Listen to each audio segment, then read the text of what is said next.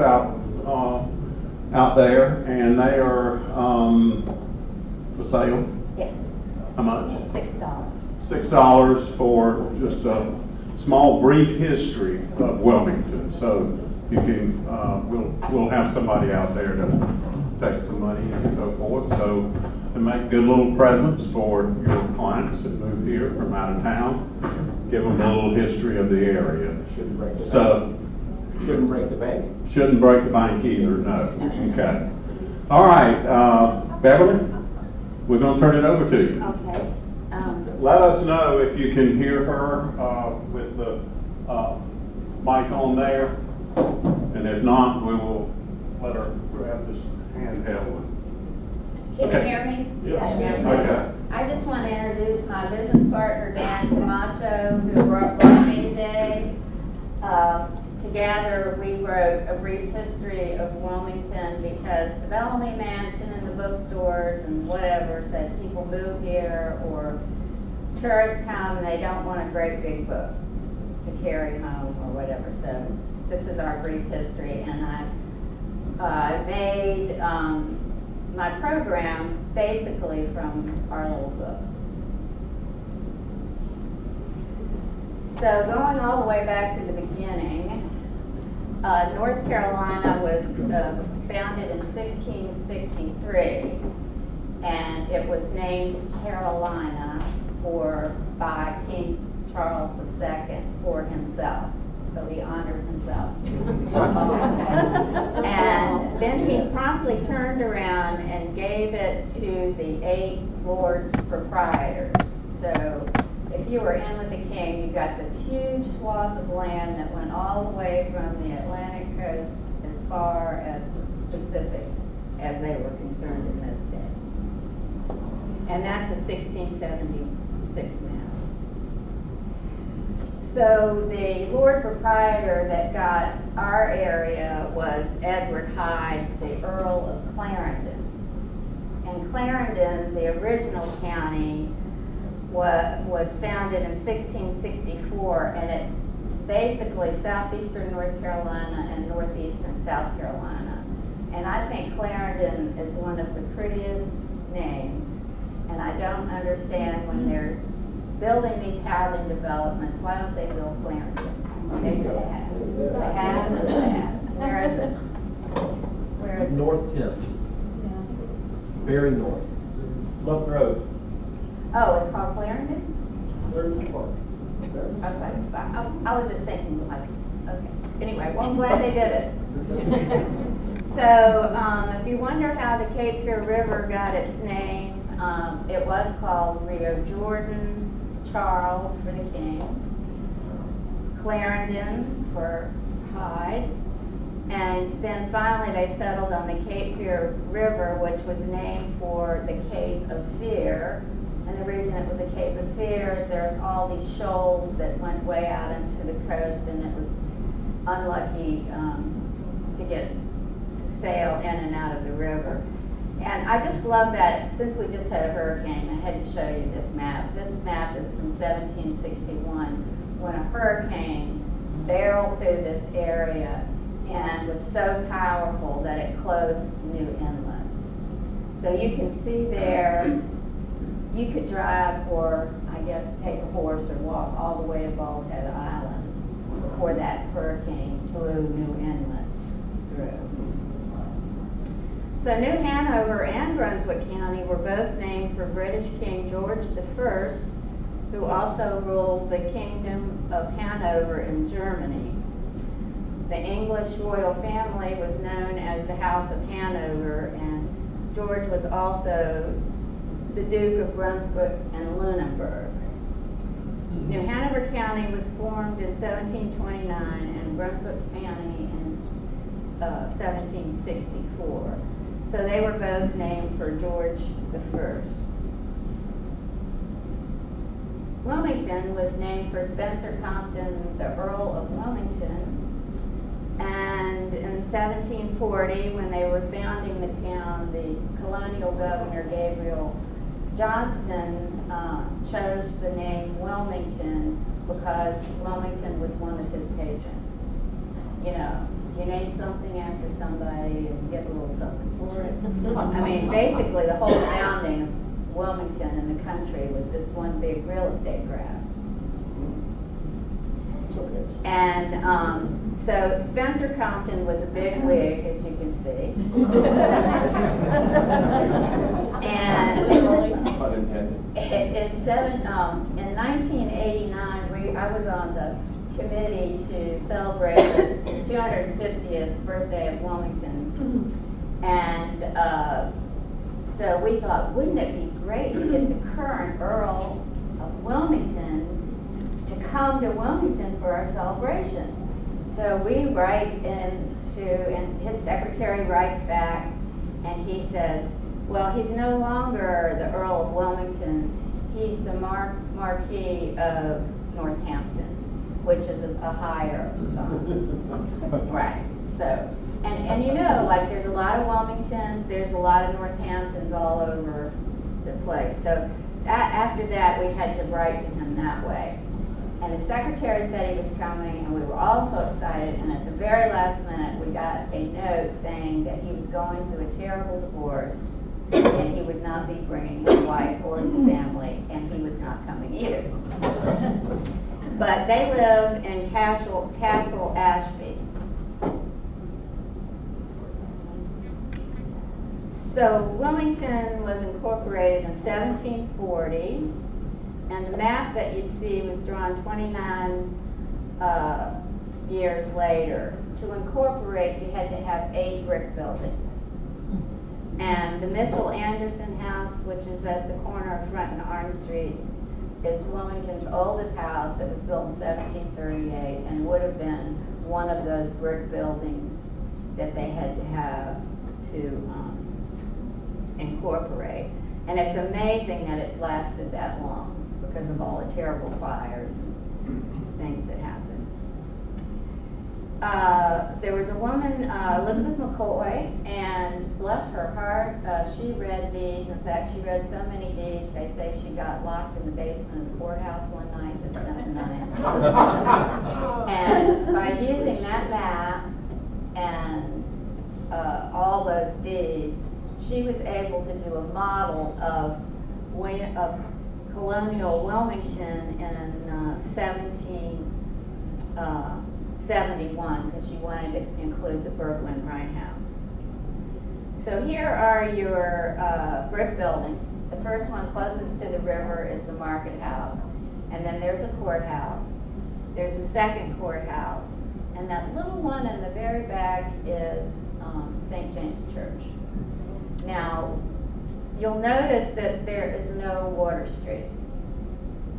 I mean, when people said during the hurricane that Water Street overflowed, I said, well, that's why it's called Water Street. But there was no Water Street then, and they just began to fill it in over the years. And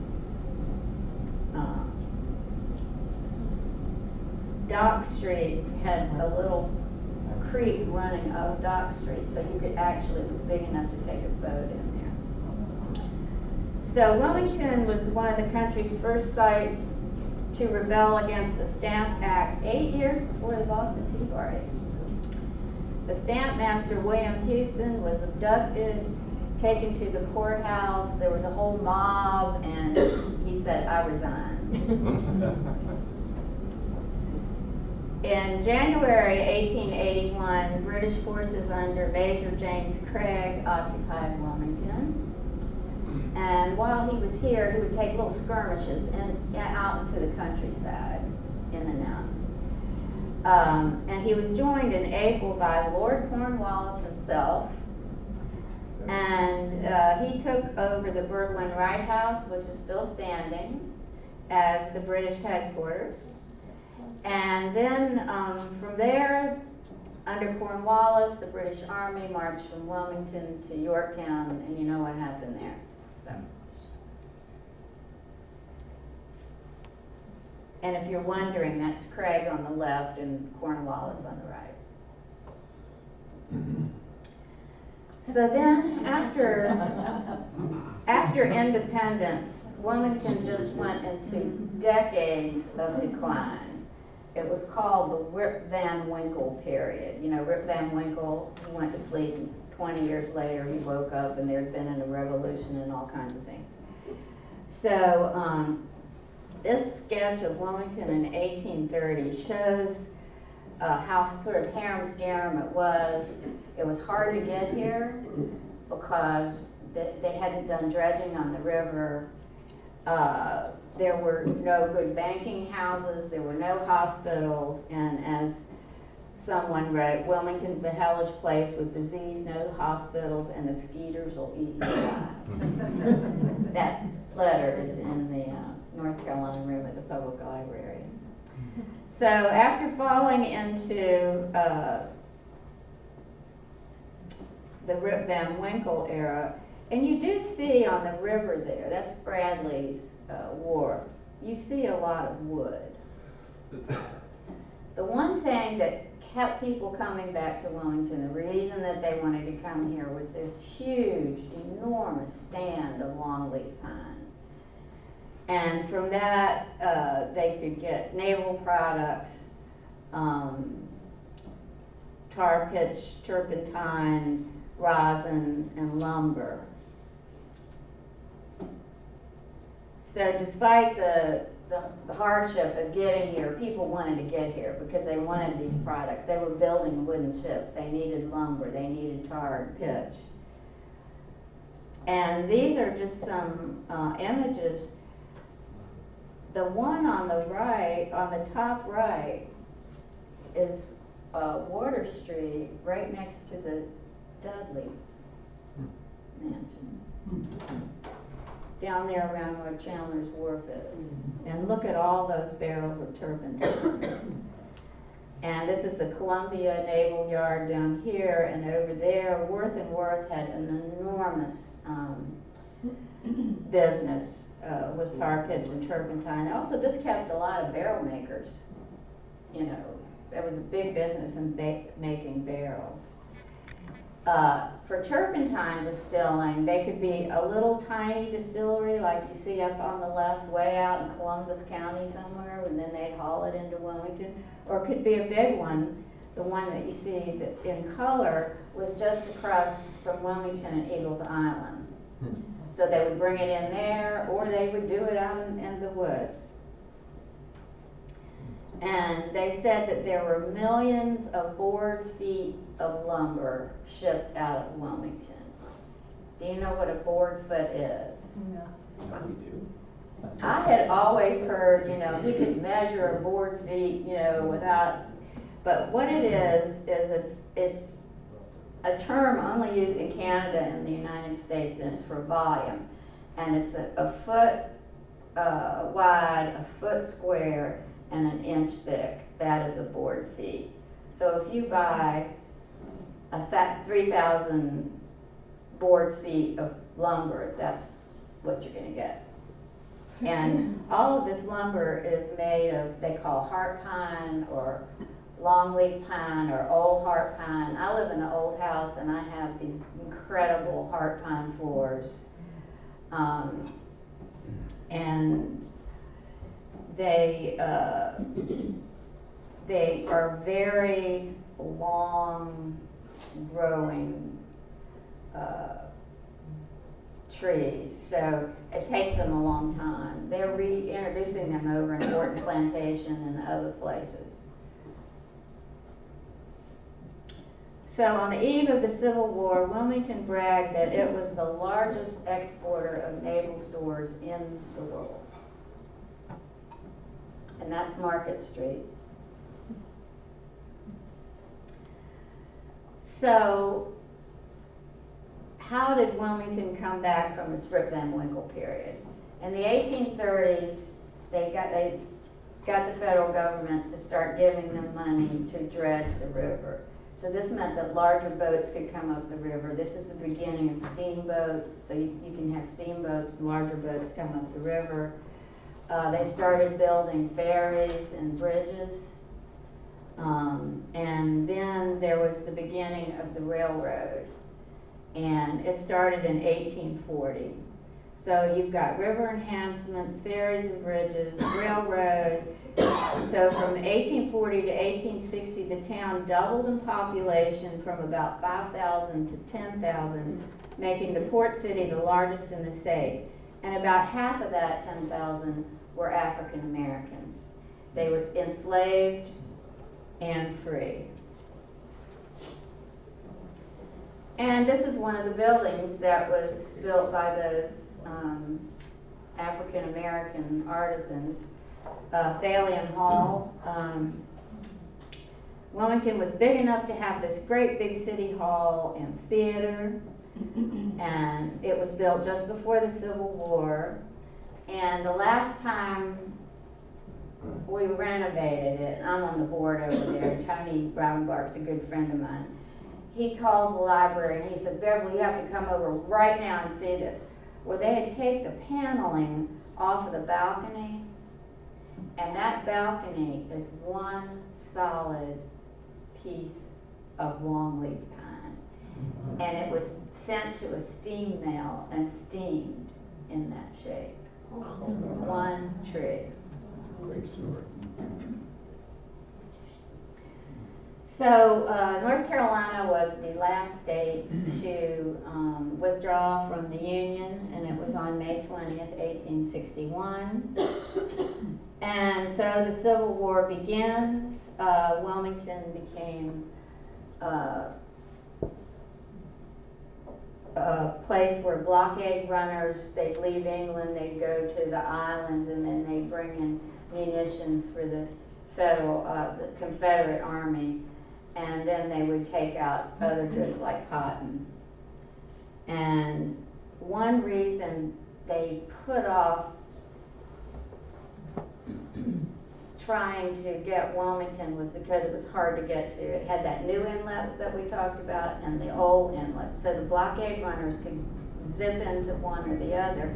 And for the Union ships to completely cover this huge area, it was like 50 miles of ships. So they took Vicksburg, they took Charleston, they took all of the other ports that were easier to take first. In the meantime, during the war in 1862, a blockade runner brought in yellow fever, and it killed lots of people. If you go over to Oakdale Cemetery, they have daffodils planted where the mound of yellow fever bodies are buried. But it was also good for a slave named William Benjamin Gould, who's pictured seated on the top left. He was the master plasterer at the Bellamy Mansion. And he took this opportunity. The Bellamys had fled, all these people fled Wilmington. He and 21 other slaves commandeered 2 small boats, rowed down the Cape Fear River to freedom, and joined the Union Navy. And the reason we know about it was he was literate and he wrote a diary. And it's not just the sun came up, we did this. He writes very beautifully, like, the golden sun along the waves, that sort of literary kind of thing. And his wife, I recently received a photograph of her, Cornelia Williams Reed Gould. She was purchased from John Newland Maffitt in 1858. And when he came to Wilmington to get her at the railroad, he paid for, her brother-in-law, who was a minister in Nantucket, came down passing his wife, paid for her, took her back until they got up to the north. She had to ride in the cattle car. Anyway, she goes to Nantucket. The minute William Benjamin Gould gets out of the Union Navy, he goes to Nantucket, and they get married and live happily ever after. And on November the 10th, we are putting a highway marker up for William Benjamin Gould in front of the Bellamy Mansion. So one of the blockade captains said, the staid old town was turned topsy-turvy, and that's Wilmington during the Civil War. You got the blockade runners coming in with all this money, you've got all these soldiers, and of course that means prostitution and gambling and drinking, and no matter what the police tried to do, they would try to tap it down. The military would try to tap it down. So it was just kind of a wild and crazy place during the war.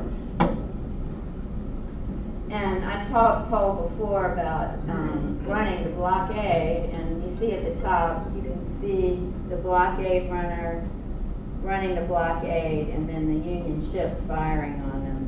This is the Cape, which came into Wilmington frequently. And you can see these are good-sized ships. And then this particular map is one of my favorite. We have it in the North Carolina room, the public library, and you really should go see it. It's amazing. There was one map on each of these ships. Now the ships that you see are the Union blockaders. There's Fort Fisher, and the map in the history room was on the Susquehanna. So you've got to think there weren't that many of these maps made. And about 10 years ago, Chris Bombel said, "Oh, Beverly, this map is for sale. We have to buy it for the library." And I said, "Well, I don't have $10,000. And he said, "But they're going to sell it to a Yankee. We got to get it." So between Friends of the Library and Friends of the Library, the Civil War Roundtable, and a bunch of other generous people, we bought this map, and you should see it. If you've seen the movie Lincoln, on the very first scene, they're all looking at this map. And he says, to win the war, we have to take them. And they did. They took Fort Fisher on January 15, 1865, and it was the amphibious operation was the largest in U.S. military history until World War II. And they still find cannonballs and all kinds of things in that area. So on the 20th, the Union forces took Wilmington, and the port city was just inundated with former slaves and lots of Union prisoners who were now set free and sent to Wilmington, and refugees, and the town just swelled. There was a lot of disease. It was a rough time. The General Hawley, the commander, took the Bellamy Mansion as his headquarters, and it's really funny. A long time ago, they used to do a reenactment of Union soldiers at the Bellamy Mansion. It was really kind of a nice reenactment. And I just lived down the street from there, and I was walking down the street, and my friend Bob Lane said, "Beverly, go home and hide your silver. There's Yankees at the Bellamy Mansion." I really wish they'd do that again, because that was a nice reenactment. So by 1876, this country celebrated its centennial. Wilmington was doing pretty well. Business was back to usual. Of course, African Americans had been emancipated, and that's why I like to show this picture on the right from about 1880, because you see, this is the market house. On the left, you see African American businessmen dressed up, and on the right, you see white businessmen dressed up. And I just had to put this picture in there because I love it. This is 1880 when Professor Dare came to visit Wilmington. You see him? He's walking the tightrope across. He's up there walking across Market Street. And there's a big crowd down there watching. And I love his name, Professor Dare.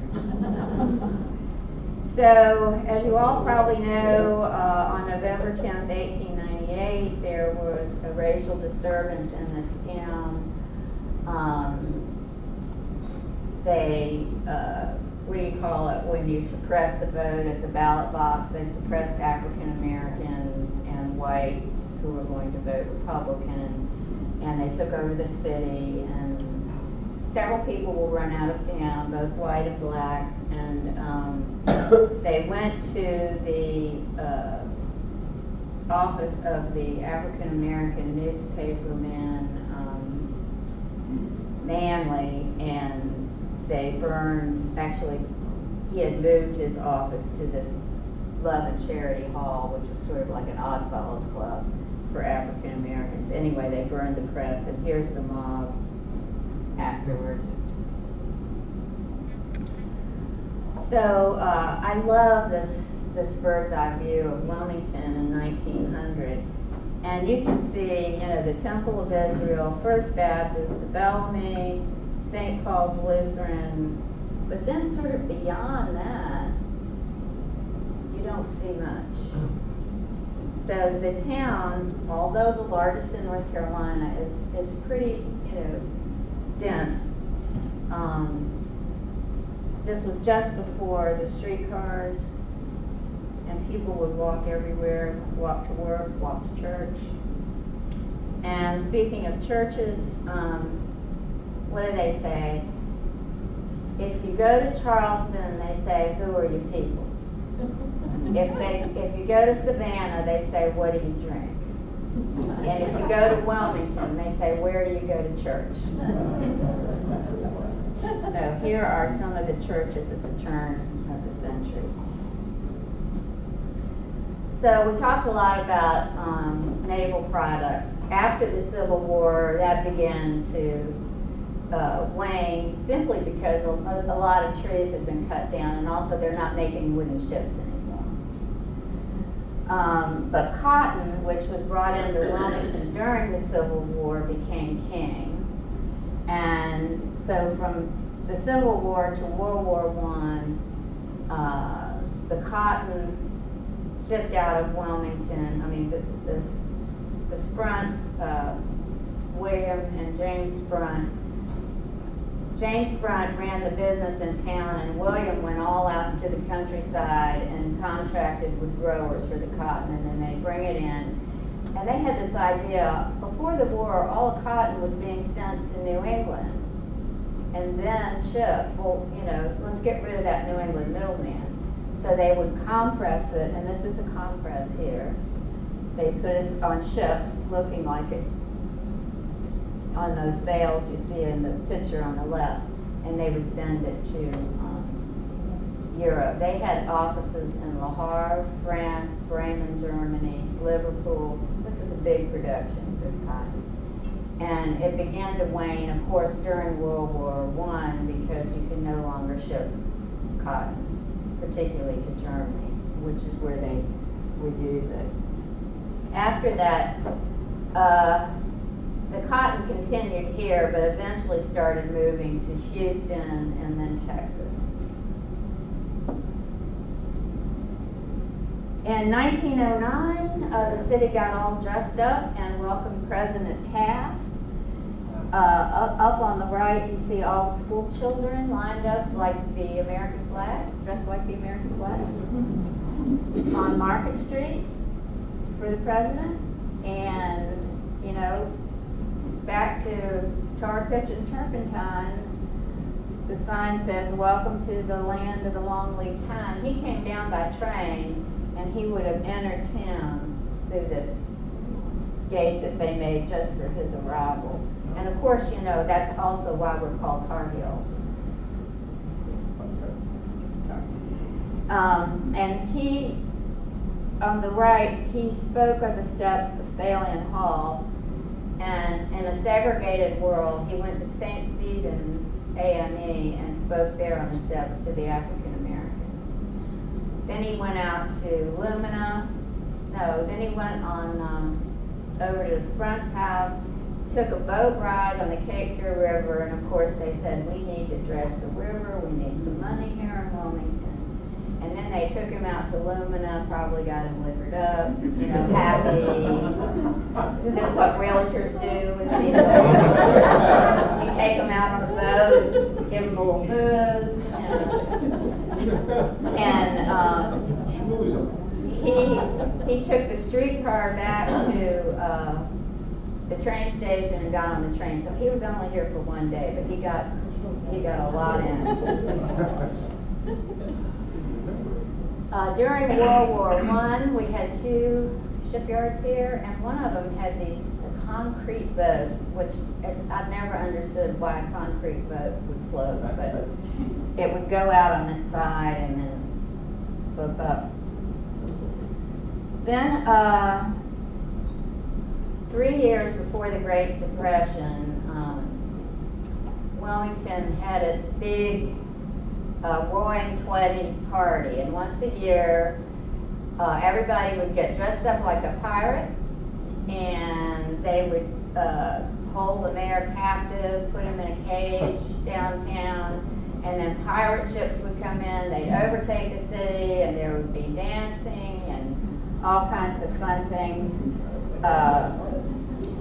The photograph on the top you can see is the pirate, and they're probably putting up bleachers for a parade in front of City Hall. And then that was the end of the Feast of the Pirates in 1929 when the bottom dropped out.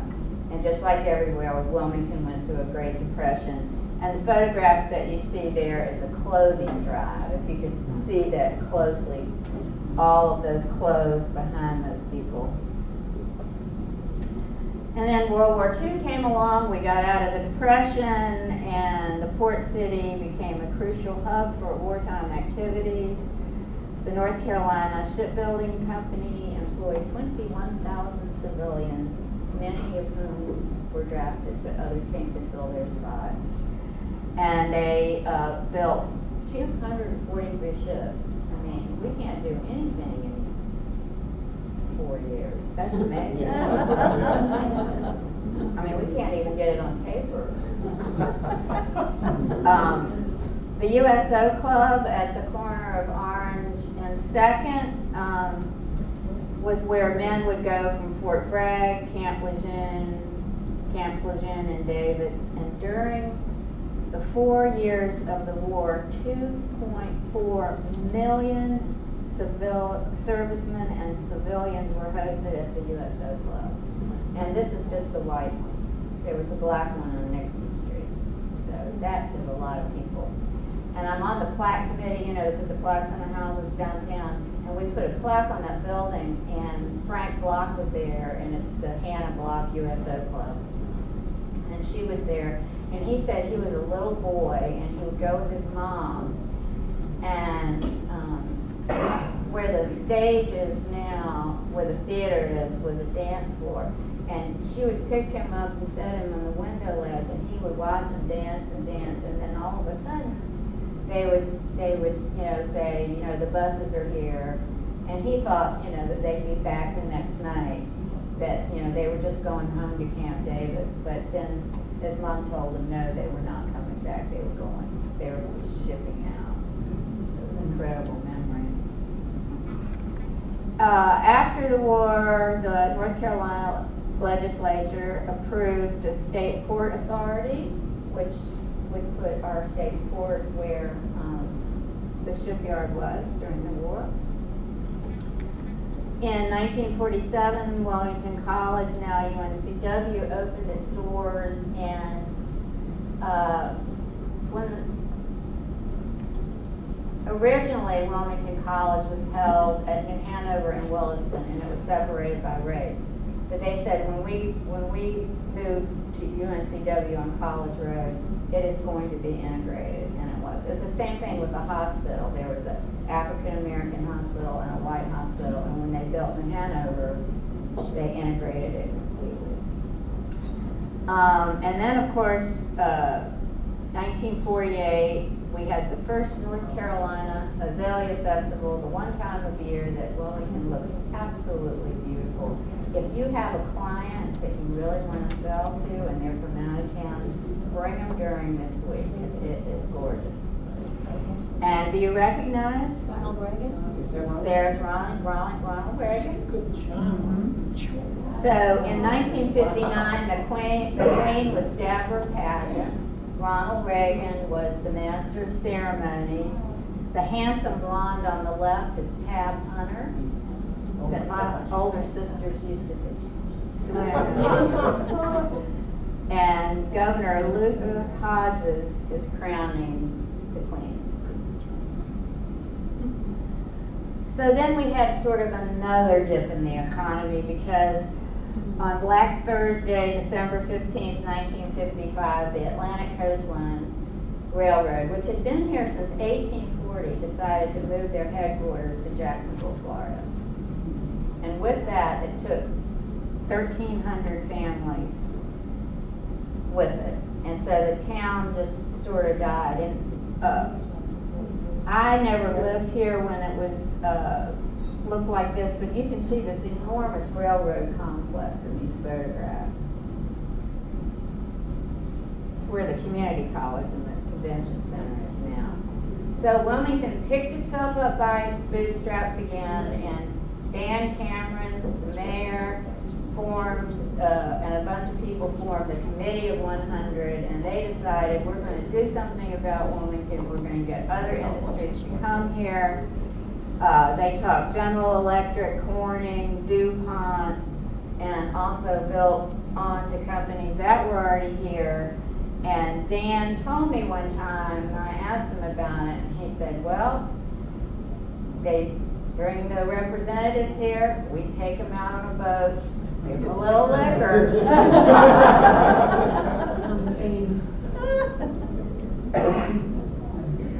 And also during the 60s, they decided urban renewal was a thing that was sweeping the country, you know, get rid of the old. And so the big picture on the left sort of looks like they just scraped the waterfront. Looks like a bomb hit it or something. And on the right, you see all of the buildings that were torn down. Somebody told me that urban renewal would pay you more money to tear your building down than you could rent it for. One bright thing that happened in 1961 is North Carolina got together to save the battleship North Carolina and bring it into Wilmington. Not growing up in North Carolina, I didn't give my nickels and dimes, but my husband was always talking about when he would, you know, save his money and they would go to school and all the children would give nickels and dimes and it would be sent to bring the battleship in. And they're admirals and get to go free to the battleship. Oh, great. Yeah, he said they became admirals and they let them go free to the battleship. Which I think the battleship was just fantastic. I love it on there. Downtown Wilmington became rather seedy in the 70s because people were all moving out. Particularly, you know, all these people that had moved here with GE and Corning, they're building Pine Valley and subdivisions, and Hanover Center is starting, and people are leaving downtown and moving out to the suburbs. And in 1966, the historic Wilmington Foundation was started. As I said, I live in an old house, and I think the first thing I did when I moved here was join this foundation. And I just wanted to show you some of the work they did. The picture of the house on the top is what it looked like, say about 1970. And they would buy houses and then with the revolving fund, sell them to somebody who would bring them back to their original. And that's the same house, the one on the top. It's on 2nd Street. So in 1984, a movie called, what was it? Firestarter. And then the whole movie business started here. And that up on the left at Roy's River Boat Landing is Dream a Little Dream. One of the many, many, many, many, many films that have been made here. Then in 1990, I-40 came into Wilmington, and I had to write this down because I can never remember it, but it's 2,554 miles from Wilmington to Barstow, California. And with I-40, it just brought tons of people here. I remember sitting on Wrightsville Beach with the kids, and there was a woman sitting next to me with a bunch of kids, and she said, "Man, we can drive down here and drive back in one day now." So, yeah, I-40, brought a lot of people to Wilmington and still does. So that's my quick run through of the history of Wilmington. That's our little book, A Brief History of Wilmington. It costs $6. And we have our books and we have cards if you want to call us or email us. If you want to buy some books for your clients. And we also do narrated phone app tours. So you can walk around and you can hear it or you can read about it. Dan was doing the narration and it was difficult because he would pronounce things wrong, like it's a Derazet, it's not Derazet. And so we would go back and forth, and then I told him that he sounded like the guy on Law and Order. Derazet House, and his wife did too, and so finally we got him, and by the time we finished with it, he sort of sounded like Clooney was his first name, George Clooney. Anyway, but you can hear it or you can read it and you can walk around. We have 2 tours of downtown, a pub crawl, which is hilarious, and we don't suggest that you do all of it in one night. And we also have a Civil War tour, and people really do use these. I was at the Temple of Israel one day and I saw all these kids and they're all standing outside looking at it with their phone. And I said, "Are you looking at a tour on your phone?" And they said, "Yes," and they were from France. About 15 of them. So you might try downloading it. And anyway, that's all I have to say. Do you have any questions? Is it her or car? No. Both. Dying to know. It's both. It's both. All I know is, like, I worked in the history room for 31 years, and there's this man named Delmas Haskett, who after he retired as a jeweler, he came to the library every day. I spent more time with Delmas than I did my own father. Anyway, he told me that it was Carr, that his grandmother lived on that road. And he said, we went out there all the time, and it was rural then. We went out there all the time to see her, and nobody ever said, we're going to her. Tomato, tomato. 2 questions. Is there any history here with Native Americans and also about the Great Fire? Yeah. There were lots of big fires. I did a podcast recently with Hunter Ingram on all the fires. It's called Cape Fear Unearthed. You can get it on the computer, where we talk about all the fires. And what was the other thing? Native Americans. Native Americans. We don't even know their names. They just call them the Cape Fear Indians, but there's plenty of evidence that they were here. Artifacts have been found. And they used to just do like we do. They would come down from the middle part of the state or the mountains, and they'd go to the beach for the summer. They camp on the beach, have a good time, eat seafood, and get liquored up, and go home. But there's a couple of good books you can read about. I did a study abroad where they mentioned that Wilmington, North Carolina, and Bridgetown, Barbados are sister cities. Do you know anything about why they are sister cities? There's some kind of a tie between Wilmington and Bridgetown. UNCW has a thing with Barbados. they send students down there. And Well, you know, it was more about the town, or the cities of Bridgetown and Wilmington were sister cities. It had something to do with ships going back and forth. Well, it probably could be Civil War. All that area, you know, shipping was, and Wilmington was a port. But I know my daughter's best friend got married in Barbados because they were there. They went there from UNCW to do archaeology work. The study abroad I did was through UNCW. Okay. Didn't a lot of the plantations here originate from the islands? They realized that we could grow rice here, and so they came to the islands to set up their plantations. Yeah, there were a lot of Barbadians who moved here from England to Barbados.